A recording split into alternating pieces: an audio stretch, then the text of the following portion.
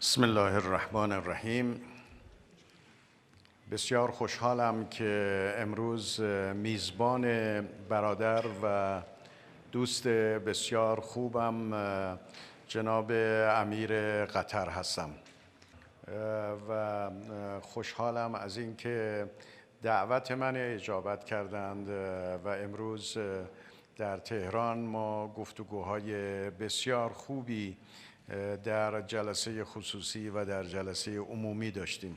برای همه روشن هست که روابط بین دو کشور برادر، همسایه و دوست یک روابط تاریخی هست و در طول سالیان دراز در گذشته همواره حسن جوار بین ما و دوستی برقرار بوده.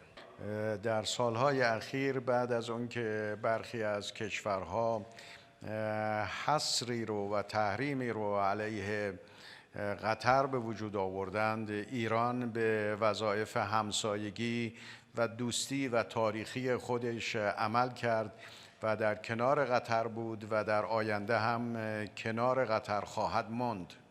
در مذاکرات امروز تصمیمات مهمی رو برای گسترش روابط دو کشور برداشتیم. روابط سیاسی ما روابط بسیار خوبی هست و ما در زمینه اقتصادی، تجاری و همچنین علمی و فرهنگی ظرفیت‌های بسیار خوبی رو داریم.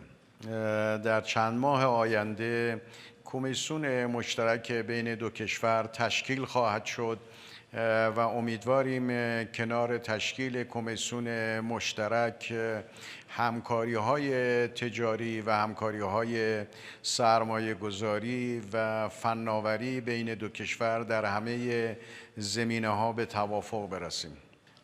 امروز تصمیم گرفتیم که کمیسیون مشترک دو کشور به طور منظم و سالانه تشکیل بشه و همچنین تصمیم گرفتیم روابط سیاسی و رفت و آمد مقامات سیاسی و اقتصادی بیشتر بشه و ما بتونیم از همه ظرفیت هامون به نفع دو ملت استفاده کنیم.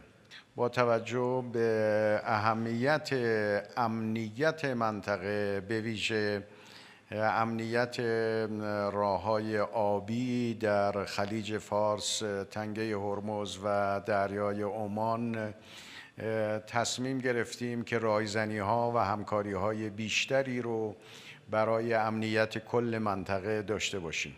برای این سفر و حضور امیر محترم قطر و همراهانش در ایران اهمیت قائلیم و امیدواریم شاهد مناسبات وسیع‌تر بین دو کشور و به نفع دو ملت و کل منطقه باشیم. امیدوارم این سفر تأثیر بسیار مفیدی در روابط دو کشور داشته باشه و من بار دیگر از حضور امیر قطر و هیئت همراه در تهران سپاسگزاری و تشکر میکنم.